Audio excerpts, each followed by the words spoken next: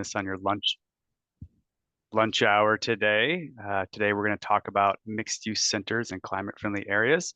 I'm Stuart Warren. I'm an associate planner with the City of Eugene Planning Division. Hi, everyone. My name is Leah Roush. I'm a senior planner with the City of Eugene's Planning Division as well. Thanks for being here. So today we're going to give you about a 15 to 20-minute presentation. Just a few tips on using Zoom. You can use the Q&A function down on the lower right-hand side of the screen. We'll do our best to answer those questions towards the end of the session. We're also going to have about 30 minutes at the end to answer your questions in person. So we'll try to answer those at the end as best we can.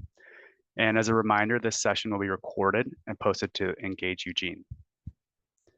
Urban growth strategies will identify the tools, actions, policies, and land needed for the next 20 years to support living wage jobs and housing that everyone can afford.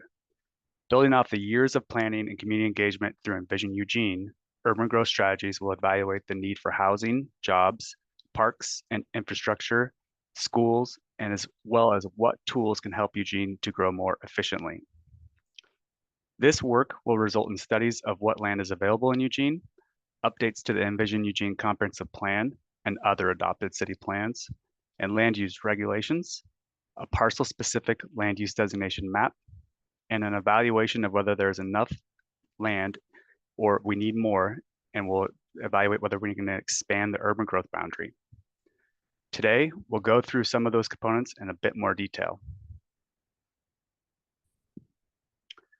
On the agenda today, we're going to provide you with an overview of the Urban Growth Strategies project. We're going to talk about mixed use centers and climate friendly areas, cover our next steps, and then leave plenty of time for questions at the end. We have established 6 goals for urban growth strategies. Our goals include to advance Eugene's vision for a community where people of all income levels can afford to live, work, shop, and play, to facilitate the production of more housing and move Eugene towards more fair and equitable housing outcomes, support data-informed policy decisions about urban area growth, including when to expand the urban growth boundary, or UGB, as well as to provide meaningful opportunities for community members to inform how Eugene plans for growth. We're going to center the voices and experiences of historically marginalized community groups in decision-making and comply with any and all relevant state statutes and administrative rules. The suite of work advances many of City Council's priorities, like completing the Envision Eugene Comprehensive Plan that has been a priority for several years since we completed the first chapters in 2017.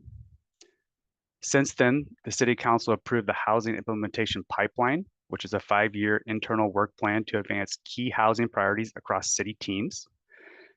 The Housing Implementation Pipeline, or HIP, articulates the city's commitment to supporting more housing production across the housing continuum and identifies several of the urban growth strategies components as priority projects. Urban growth strategies also include several projects to advance the Climate Action Plan 2.0 actions, which are to reduce emissions from transportation through compact development strategies. And much of the urban growth strategies work is supported by the city's current strategic plan. The project will advance several urgent community needs as established by the City Council goal for sustainable and accountable development. There are 3 phases to this work. Phase 1 is to identify Eugene's needs and priorities for housing. Phase 2 is to study what land is needed for jobs, housing, parks, schools, and infrastructure. And phase 3 uses what we learned from the first 2 phases to create and update regulations, guidelines, and maps for using land in Eugene. We're going to focus on 2 of these phases in today's presentation. Our first phase is to identify and document our community's needs and priorities for housing. The Housing Production Strategy, or HPS, summarizes and prioritizes tools and actions to address housing. After adoption in 2026, the Housing Production Strategy will be an 8-year adopted city work plan. In the shorter term, we'll identify a handful of tools to adopt right away. Our land use efficiency measures, as we call them. These are tools that use residential and employment lands more efficiently, like allowing or encouraging more housing and jobs on land than previously expected. We know that we'll be using climate-friendly area designations as one of our efficiency measures. Climate-friendly areas are designated urban areas where people can meet their daily needs without relying on a car. They are more dense, mixed-use areas with good biking, walking, and transit connectivity, and a higher density of homes, jobs, and services. All of this housing and technical analysis work will result in policy outcomes, which will move forward primarily through development of the next phase of the Eugene-specific comprehensive plan. The comprehensive plan implements the vision outlined in Envision Eugene and will be supported by new community input. Updates will include policies housed in new chapters on housing, compact development and urban design, community health, and community engagement. Another key component of the comprehensive plan is a Eugene-specific land use designation map. This parcel-specific map will clarify and define land use designations and policies for the land within Eugene's urban growth boundary. Finally, other policy changes will likely be necessary to implement the outcomes of urban growth strategies work, including amendments to the Eugene Land Use Code, the Metro Plan, and other plans as needed. All this work is slated for adoption in 2026. One compact development strategy included in this work is the investment and policy support for centers, or places where people can live, work, shop, and play. Centers provide convenient transportation options by bringing goods and services closer to people's doorsteps. Eugene's community vision calls for focusing future growth and investment in and near mixed-use centers to increase access to essential goods and services for all residents. Mixed-use centers provide convenient access to daily needs, such as housing, jobs, groceries, parks, schools, and services. Mixed-use centers are convenient and climate-friendly. They bring goods and services closer to where people live without having to rely on a car. They're connected, which means that they are planned for high-quality pedestrian infrastructure and frequent transit service. They're comfortable and safe, meaning that they contain trees and comfortable spaces for people to socialize. And lastly, the city is planning for 3 different types of centers that range in size and activity level, and they range from the downtown center to core commercial centers and neighborhood centers. I'll go into more detail about each of these centers in the next few slides. The downtown center is the largest and most active of all of the centers. It has vertical housing that transitions to smaller buildings on the edges. Some buildings in the downtown center can be up to 12 stories tall. It is the hub for uses like regional employment, government services, arts and tourism, and the main entertainment hub in Eugene. Downtown has high quality infrastructure for people who walk, bike, take the bus, and drive. Core commercial centers, which are slightly smaller than the downtown center, are located throughout Eugene on our key corridors. They have mid-rise apartments, row houses, and middle housing types.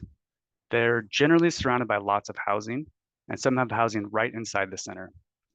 Buildings are allowed to be up to 10 stories tall, but will most likely be about mid-rise or 5 to 6 stories. They contain uses like professional services, office, retail, dining, and grocery stores. And they are planned for high quality infrastructure for people who walk, bike, take the bus, and drive. The last of our centers, neighborhood centers, are smaller, of the smallest type, and are located throughout Eugene. They have mid-rise apartments, row houses, middle housing types, and detached housing around the edges. Buildings in the neighborhood centers can be up to about 4 stories tall. These are the spaces that are like your small neighborhood retail store. They have uses like retail, dining, services, and your favorite down the street cafe or watering hole. They are also planned for high quality pedestrian infrastructure and slow, quiet streets. With that, I'd like to pass the presentation over to Leah to talk about climate friendly areas. Hey, thank you, Stuart. My screen's organized here. So that was a great kind of foundation on urban growth strategies and on this broad range and concept around centers. We wanted to talk with you all in more detail today about climate-friendly areas and what might differentiate them or is similar to these other types of centers. So we're not expecting or anticipating that all of Eugene's centers will be designated climate-friendly areas.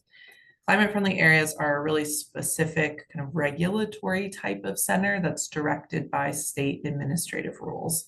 And as Stuart has said, they're intended to play an important role in reducing our dependence on cars, lowering household transportation costs, and decreasing pollution by keeping goods and services close together and near housing.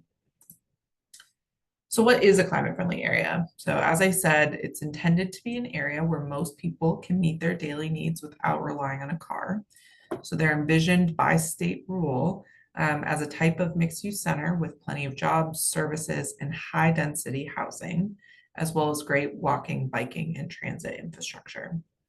By designating a CFA, Eugene will update our housing and transportation plans for these areas to have a few things: opportunities for increased mixed-use development with a focus on housing and non-auto-oriented commercial and public uses, identified and prioritized improvements that make it safer and easier for people to walk, bike, roll, and take transit to their destinations, and will implement strategies to avoid or minimize displacement of residents vulnerable to housing instability or housing discrimination, as well as preserve and increase affordable housing options. Our process to designate climate-friendly areas is laid out in state rule and has 3 steps. First is the study. So this was in 2023. Eugene identified and studied the most promising locations across the city for climate-friendly areas. This included an analysis of key state evaluation criteria, which I'm going to talk through in a couple more slides in detail. It also included the development of a community engagement approach and a displacement risk analysis. The second step is, and kind of the step we're in right now, is selection and adoption. So this year in 2024, we'll work to select our climate-friendly areas. That process will include community engagement, a recommendation from the Planning Commission, and direction to staff from City Council. With direction from our decision makers, we can begin the process to adopt CFAs into Eugene's land use code, comprehensive plan, which Stuart talked about, and possibly our transportation system plan, or TSP. CFA adoption is slated for 2026 as required by the state. Finally, we'll monitor and then potentially increase climate-friendly areas in the future. So the designation isn't intended to be static. As Stuart mentioned, it'll be used as a land use efficiency measure, which is one of the city's important strategies for more efficient use of land within our current urban growth boundary. Each time we revisit the urban growth boundary, which is now required every 8 years for housing, we'll also need to revisit our designated climate-friendly areas. Well, we have a kind of minimum threshold that we'll be required to maintain, which is the zoned capacity. So the zoning allows for at least 30% of Eugene's current and future housing needs within designated CFAs. And I'll talk about that in a little bit more detail. So going back to the study, our first stage of the analysis was kind of a citywide scan of all potential locations for climate-friendly areas using 4 kind of main criteria. So the most important that I'll highlight a couple of these, but we looked at existing or planned urban centers, accessible areas that are accessible via high-quality transit, places where development is not restricted or prohibited for hazards or natural disasters, and we looked within our current urban growth boundary. The 2 that I think are most important in the study are our existing or planned urban centers, which are shown on this map in red. That includes downtown. It includes our core commercial centers and areas along our key transit corridors. And for the purpose of the study, we kind of defined these urban centers based on current zoning and chose 13 base zones and special area zones that are in closer alignment to CFAs, so higher density, mixed use, commercial, and residential development. The purple areas on the map show those that are accessible via high quality transit. So that's defined as a half-mile walking distance from a frequent transit corridor, which is frequent is defined as 4 times per hour, 4 stops per hour during peak service. It's important to note that this limited our initial scan of areas to places that are currently served by frequent transit, not necessarily places with planned service improvements. So it's limited in that way. Some of the other criteria we looked at, as directed by the state, we considered things like zoning and development regulations. So thinking about, is the area planned as a high density mixed use urban center? Do the existing development regulations comply, or are they close to complying with state rules?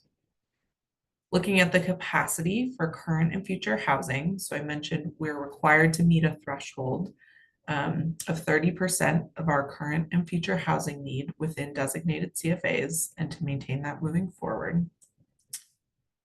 We looked at parks and public amenities. So does the area contain, or is it near, sufficient parks and other public amenities? And would it be appropriate to site facilities providing public services within the areas? High quality active transportation and transit. Is the area served or planned to be served by high quality walking, biking, and transit facilities?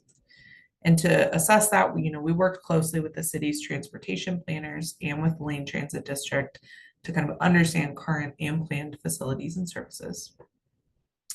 And this area, and Stuart mentioned this with centers as well, this is a major priority for climate friendly areas as how a strategy for more intentionally integrating land use with transportation planning. We looked at infrastructure. So can the area's electricity, stormwater, water, and wastewater infrastructure support the land use requirements for CFAs? And then development and redevelopment conditions. So can the area support the types of development intended for CFAs? Again, high density residential and mixed use development. And I'll talk a little bit more about this one on the next slide. And then housing displacement risk. So trying to understand the relative risk of housing displacement of underserved communities and strategies the city can use to mitigate that displacement risk. So that's all included in the study that we worked on last year. One of the criteria this year that we wanted to dig into further was the potential for redevelopment in our potential climate friendly areas. We wanted to understand, can the area support the types of development intended for CFAs? So again, high density residential and mixed use development. And then to understand that, we tested certain types of development and redevelopment. So we looked at 12 types of commercial, high density residential, and mixed use development that is intended for CFAs. And the intent of the analysis was to help us understand where redevelopment is feasible and for which types of development, and what other tools could help make it more market feasible. The analysis considers existing rents in the area, the cost to build the development type, existing property values and the size of sites, and the policies or regulations that might be impacting the area. So given all of that evaluation from the initial mapping, the climate friendly areas study, and all of those kind of state criteria, as well as the redevelopment analysis that we just are wrapping up right now, staff are proposing 3 options for CFA designation. The first option, and I'll go through each of these 3 in more detail, but the first option really meets the minimum state requirements. So it helps us to hit that 30% minimum threshold for housing needs. And it focuses primarily on downtown, kind of the greater downtown area. The second option is expanded to include core commercial centers that are most promising for climate friendly area kind of style redevelopment based on the results of our redevelopment analysis. And the third option is expanded even further to include some core commercial areas on our key corridors that could benefit from additional investment and incentives in order to see climate friendly area style redevelopment. So next I'll work through each of those options individually. So as I said, the first option is concentrated in the greater downtown. So it meets the state minimum requirements for accommodating our current and future housing needs. It includes the downtown core, the Fifth Street Market area, Midtown, which is kind of just south of downtown, and then some of the higher density residential areas that are north of 13th Avenue. So kind of north of the UO campus, moving towards Franklin, and then lower Coburg Road, just across the river. These are areas that are already performing as higher density, primarily mixed use areas, and the designation would align with the existing city policies and priorities to encourage more housing downtown. Some of the opportunities for this area include, and this is our first swing at this, that it aligns with, as I mentioned, city priorities for housing downtown. This option includes existing and new financial incentives for housing in the downtown core in our urban renewal district. It's primarily developed as higher density mixed use areas. It has existing high quality active transportation facilities and transit service, with the exception of some needed improvements along Lower Coburg Road. And it's well served by parks and public amenities. Some of the constraints we see for this area include that there are some needed land use code and zoning changes, specifically in the small amount of high density residential areas that I mentioned north of 13th, and some possible rezoning downtown. It also concentrates CFAs kind of in one pretty central area, and it's likely we'll be required to expand our CFAs sooner than the other options because we're meeting less of our housing need requirement, although we're still meeting the state minimum. We'll also have less development capacity available in our CFAs to use for our land use efficiency measures. So less area that we're demonstrating kind of this efficiency within our current urban growth boundary. The CFA option number 2 expands further to include more parts of the city, including some of our more promising core commercial centers. These areas are expected to support higher density and mixed use development under current conditions. The additional areas include Valley River Center, the core commercial area of South Willamette, kind of the node along 28th, 29th there, and Santa Clara Station on River Road and Beltline. Some of the opportunities that we see for this area include, these are existing core commercial centers, which are highly compliant with climate-friendly areas kind of state criteria. The additional areas are also well served by parks and public amenities. And the option extends the CFA tool to more parts of the city, reducing our need to revisit them soon.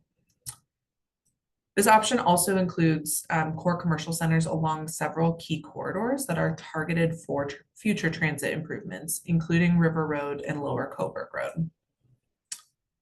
Some of the constraints for this area includes, some of these commercial centers may still face challenges to redevelopment without additional investment and incentives. The active transportation facilities and the transit service in the additional areas need improvements. And Valley River Center requires additional analysis since it wasn't included in our climate-friendly areas study. Santa Clara Station area, so off of River Road, would probably need to be what's called a secondary climate-friendly area in order to maintain lower building heights in these core commercial area that was just changed by the City Council earlier this year. Finally, option number 3 expands CFAs even further to include 2 of our key transit corridors. So that's 6th and 7th Avenue west of downtown and West 11th Avenue. These areas are planned as core commercial centers, but they require more financial investment to both improve safety and comfort for people walking and biking, as well as to provide development incentives to support more high density housing and mixed use development over time.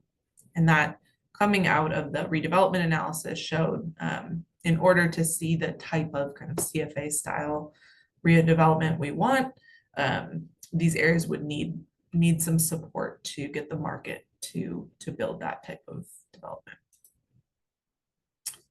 So some of the opportunities we see for this area, the additional areas again are core commercial centers, which is highly compliant with climate friendly area criteria. Again, this option extends the CFA tool even further, again, reducing the need to revisit soon. The option aligns with some initial community engagement supporting improvements in these areas, especially the 6th and 7th Avenue corridor west of downtown. And these areas are already well served by our existing frequent transit network. Some of the constraints for this area include, these are really stripped commercial corridors that face challenges to redevelopment, as I mentioned, without additional investment and incentives. The additional areas are primarily auto-oriented, and the walking and biking facilities would need some significant improvements. And consequently, the additional areas would not support dense mixed-use development under their current conditions without addressing some of those needs for improving the public realm, improving walking and biking facilities, and providing some financial incentives for redevelopment. So with that, this is our last slide before we go to your questions and comments. This is a really prime time to weigh in on CFA designation, as well as to inform the early development of the centers and corridors policies in the comprehensive plan that Stuart talked about at the beginning of the presentation. We have a citywide survey and mapping activity available right now that focuses on centers and climate-friendly areas, concepts, and priorities. It'll be closing in just a few days after August 25th. So you've got just about 4 days to fill that out if you haven't already. In the fall, and actually next week, we'll be going to Planning Commission and City Council to get direction on CFA designation. So we'll have our first work sessions with them on August 27th and September 11th, and then we'll go back to them in October and November to actually get their direction.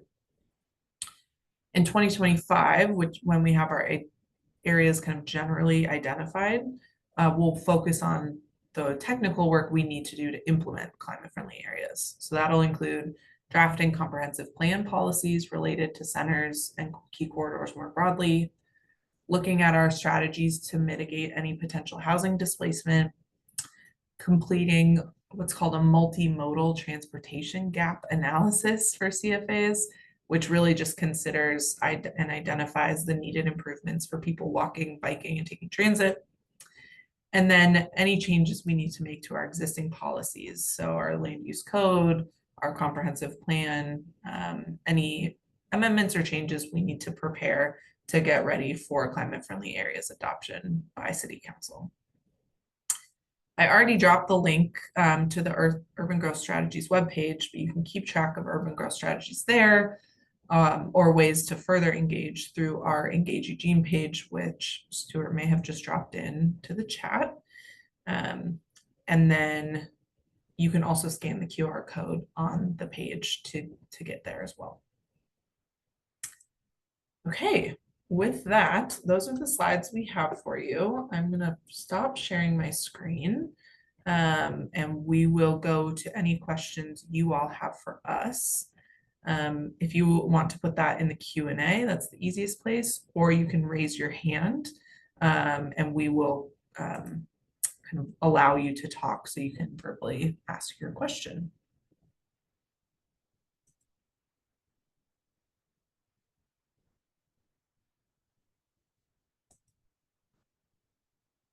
Any questions from folks?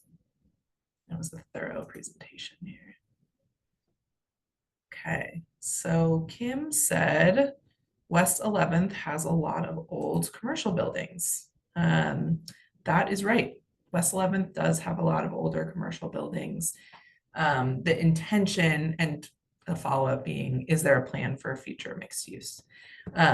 So yeah, I think that's the intention if we were to designate those areas as a climate-friendly area, is to also look at how we can encourage, as the city, mixed use or higher density redevelopment. So that could look like what we call horizontal mixed use, where you have residential next to commercial mixed use, or a vertical mixed use where you have maybe first floor commercial with housing on top. So those are the types of development we looked at in the redevelopment analysis. We wanted to see kind of, can the market provide? Can a developer make it work financially to develop that type of housing on West 11th? And what we found is that they can't under current market conditions reasonably. So the city would need to provide some sort of financial incentive. The one that we use commonly in Eugene that's a powerful financial incentive is our multiple unit property tax exemption program, or MUPT. So we have that in the downtown area right now. Council could choose to expand that financial incentive to new areas, including some or all climate friendly areas or centers. And that tax exemption could provide the kind of market feasibility to see mixed use redevelopment happen. What we heard through the redevelopment analysis and conversation with developers is that that type of financial incentive would need to be paired with improvements to the public realm. So making it safer and more comfortable to walk and bike, making kind of roadway and streetscape improvements in addition to that financial incentive. How it would be funded is, yeah, Stuart, I see you would like to answer that question, so go ahead. Thanks, Lee. I think you pretty much already did. It would take some council direction to provide funding for additional support for those areas. Yes, so that's definitely a future next step, Kim, but it's a great question to ask and something we would need to figure out how to fund that. Okay, so JP has a question. Are car-free streets considered a part of climate-friendly areas? What about redevelopment of parking lots? Pedestrianized areas are some of the most pleasant parts of the cities I've been to, and Eugene is sorely needing safe, less noisy, pollution-free areas. Yeah, that's a great question and a great point. Climate-friendly areas designation is a part of a larger set of state rules and requirements called climate-friendly and equitable communities. So there's a bunch of pieces to the city implementing that work, and I can drop some resources kind of more broadly on that program. The first thing we had to do was look at our parking requirements and how or whether the city should require new parking as a part of development. At the very end of 2023, City Council decided to remove parking requirements, minimum off-street parking requirements citywide. So that was the very first thing we did.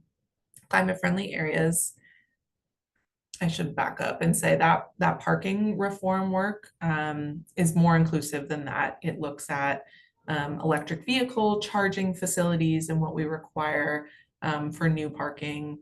It looks at if you are going to build a parking lot, what some of the design requirements are around providing pedestrian walkways through parking lots, around providing solar panels and tree cover to those parking lots. There's some more specific details there, but part of that was intended to make it easier to redevelop current parking lots. So that is certainly part of the CFAC rules. As a part, designating climate-friendly areas is the next step in that. And then one of our next steps will be looking at transportation and kind of walkable compact development requirements citywide. So that's certainly a big focus within climate-friendly areas, but we'll also be updating our transportation system plan and our land use code to encourage safer, more comfortable streets citywide. So that work hasn't started yet. The major update to our transportation system plan is required to be completed in 2029, and they'll start work on that, I think, as early as 2026, but that's still a couple of years away. And we'll sync up our land use code updates with that work as well. I don't know if transportation planning staff are looking at car-free streets, but I imagine that is certainly a concept that they're including in their transportation system planning citywide. Okay. Maya asked about the Barger area and being included as a possible climate-friendly area, at least when I did the survey. In that case, if that is the case, and if so, was commercial high-density housing development in that area found to be feasible? Yes, great question. We looked at the commercial area at Barger, where there's like the Winco now, mostly because, and we looked at that as part of our redevelopment analysis. That wasn't included in the CFA study because of some kind of very specific technical requirements around the size of a potential area, but we wanted to include it in our redevelopment analysis to understand exactly what you're saying. Is it feasible to see commercial kind of high density housing development in that area? Unfortunately, the area we looked at was pretty small because it's based on the current zoning. And it really is just a couple like parcels right at that intersection. And because those shops, Winco and some of the surrounding things, are doing pretty well, we didn't find that there was a lot of potential for that to be redeveloped anytime soon. I think that answer would be different if we had looked at a broader area. But because there's pretty limited commercial zoning in the Bethel neighborhood right now, there wasn't a lot of areas to kind of study. So all that to say, that specific area that we tested did not have a lot of redevelopment potential right now. And something maybe Stuart can speak to is that we do want to look at West Eugene and Bethel specifically as a part of this broader center's work. Yeah, I'll just add on to that, Leah. Thanks for setting me up for this conversation. A huge part of this work is considering things outside of the climate friendly area designation process as well, because we recognize that there are areas of Eugene who would benefit from some additional city support. And we are thinking pretty broadly around the Barger and just Bethel area in general, and trying to figure out some great actions or strategies that we can take moving forward to increase folks' access to goods and services out there. So thanks for bringing it up.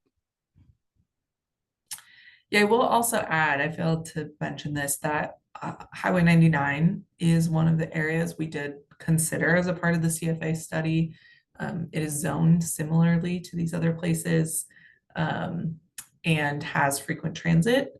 Unfortunately, the redevelopment analysis showed there's not a lot of potential right now on Highway 99, even with a powerful financial incentive like MUPD. There would need to be a lot of improvements, a lot of investment to make that area kind of market feasible for redevelopment. So not to say that we shouldn't do that and shouldn't make those investments, but climate friendly areas might not be the right tool for that area right now. But certainly it's included in the analysis, and I wouldn't be surprised if it comes up as part of the conversation with council.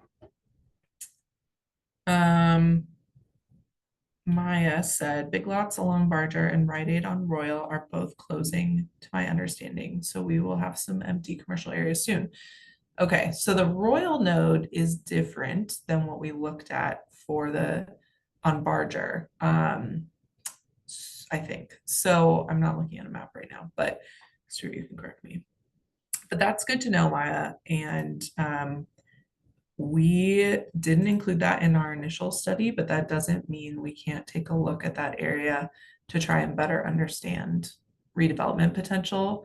And if you're not already plugged in with, and it sounds like you might be plugged in with Bethel area neighborhood planning, that might be a good space for us to continue those conversations and see what the opportunities are. I'd have to look specifically at those areas and what the zoning is. And with all these things, you know, we are land use planners, and zoning is often not necessarily the problem or the barrier to see redevelopment, but figuring out that financial feasibility and what types of incentives or supports would be necessary to get redevelopment there. We could look into a little bit deeper. So that's good to know.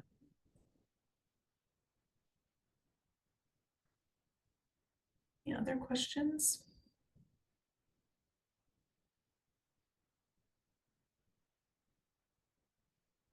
Okay. Stuart and I will make sure you all have our email addresses. We'll drop those into the chat as well. And would just encourage you, our contact information is on the webpage and Engage Eugene. You're certainly welcome to follow up. We hope you'll keep following along and sending us your feedback, answering that survey if you haven't already. And then as this progresses over the next few months, we'll be doing quite a bit more to actually implement direction from City Council. And this urban growth strategies work, as you can see, will be ongoing through 2026. So there will be plenty more opportunities to engage in this work moving forward, and climate friendly areas just being kind of the first thing we're taking a swing at. So appreciate all of your time, appreciate the great questions, and we hope you have a great rest of your afternoon. Thank you all so much.